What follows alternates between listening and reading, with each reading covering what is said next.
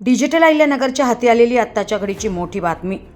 नगर शहरात पोलीस भरतीची तयारी करणाऱ्या युवतीसोबत गैरवर्तन, गुन्हा दाखल. पोलीस भरतीची तयारी करण्यासाठी बालिकाश्रम रस्ता परिसरात रूमवर राहणाऱ्या युवतीसोबत एका मुलाने गैरवर्तन केल्याची घटना शुक्रवार दिनांक 22 मे रोजी मध्यरात्री घडली. या प्रकरणी तोफखाना पोलीस ठाण्यात संशयित अल्पवयीन मुलावर गुन्हा दाखल करण्यात आलाय. पोलिसांनी त्याला ताब्यात घेतले असून मूळची जामखेड तालुक्यातील युवतीने या संदर्भात शनिवार दिनांक 23 मे रोजी फिर्याद दिली आहे. फिर्यादी सध्या बालिकाश्रम रस्ता परिसरात भाड्याच्या खोलीत राहत असून पोलीस भरतीचा सराव करत आहे.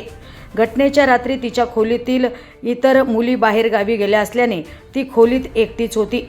मध्यरात्री 12:30 वाजण्याच्या सुमारास शेजारच्या खोलीत राहणाऱ्या एका मुलाने खिडकी वाजवून पिण्यासाठी पाणी मागितले.